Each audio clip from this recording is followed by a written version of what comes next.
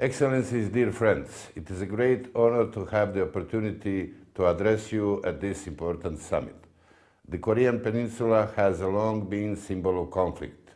The main causes were relations of the great powers, which led to war and division of the nation, a process in which ordinary people paid the highest price.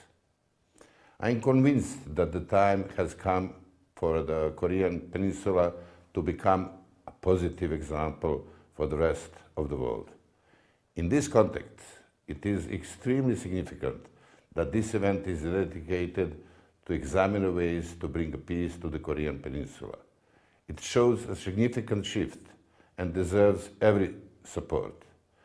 It is important to appreciate the significant commitment of the founders of the Universal Peace Federation, Mr. Sun Myung Moon and Dr. Hak Ya Han Moon, who established many initiatives aimed at promoting peace not only on the Korean Peninsula but globally. With establishing Universal Peace Federation, I believe they made a good platform to solve not the questions of the Korean Peninsula, but also in a broader context. This kind of thinking and the values should get support from all of the normal people. Also, it is important to highlight the role of His Excellency Hun Sen, who deserves significant appreciation because of effort that he made in stabilizing Cambodia and bringing it to circle of the peaceful and stable democracies. Last but not least, I want to point out the role of His Excellency Ban Ki-moon, leader that gave enormous contribution to the world peace and mutual understanding between people, not only during his role as General Secretary of the United Nations, but also throughout his rich diplomatic career.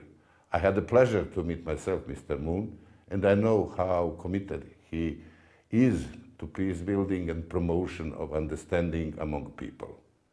All three mentioned leaders bring a great importance to this summit, and thanks to them, I'm sure that a large number of the current and the former state leaders will make significant contribution to positive outcome of this summit. We live in a time when the world is full of conflicts, in a time when nations isolate and distance themselves from each other. In the modern world, the selfish approach dominates. Nations separate themselves from each other, especially in a time of COVID.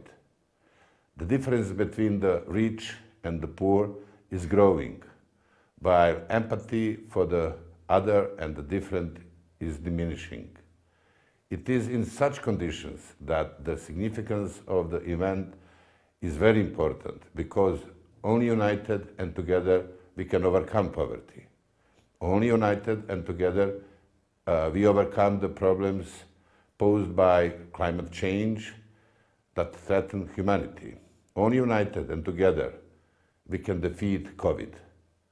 The topic of the summit, Perspectives for the Peaceful Reconciliation of the Korean Peninsula, is important for the Peninsula and Asia, but also for the whole world. Improvement in reconciliation and the peace building would have a major consequences for the modern world where there is little positive news. We are overwhelmed by negative news from all over the world, conflicts and the wars, so more serious steps forward will have a considerable positive effect around the world. Coming from a country that has been in conflict on its own, I know that it is difficult to reach a compromise. But once the compromise is reached, it has a positive effect not only on a particular country, but also on other areas of conflict. In order to achieve peace and reconciliation, we need the people who are completely dedicated to it. And that is why this event and the organizers deserve full support and all possible help. Our own experience from Bosnia and Herzegovina shows that an important precondition for the peace is consensus of the great powers. And the great effort of all of us who care about the peace should be directed at putting pressure on the great powers to think not only on their own interest, but also of the interests of the peoples in those conflict areas. And the interest of the people of the Korean Peninsula is peace, unity and prosperity. Political leaders play an important role in this process, but religious leaders are also of the great importance, as they should unite the world, not divide it. Furthermore, the civil sector has had a huge role in the process of peace building and reconciliation. Any sustainable progress has to be closely linked to the citizens. They need to feel the positive effect of the efforts to improve relations in the region. That is why it is important to open borders and enable tourism. Contact between people is necessary to remove prejudice and to build sustainable and prosperous region.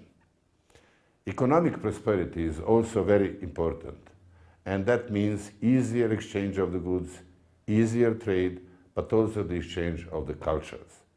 This contributes significantly to the relegation of overall relationship. I hope that the summit will be a success and that Korean nation will be at the end united. Even though that path will not be easy, the people of Korean Peninsula deserve it, and everyone who contributes to that positive development deserves tremendous support. Positive development in this direction would be of the great importance for the entire world, and I hope that this will be the end result. The Universal Peace Federation deserves our full support in order to achieve United States and prosperous Korean Peninsula. Thank you, President Ivanic, for your wise remarks.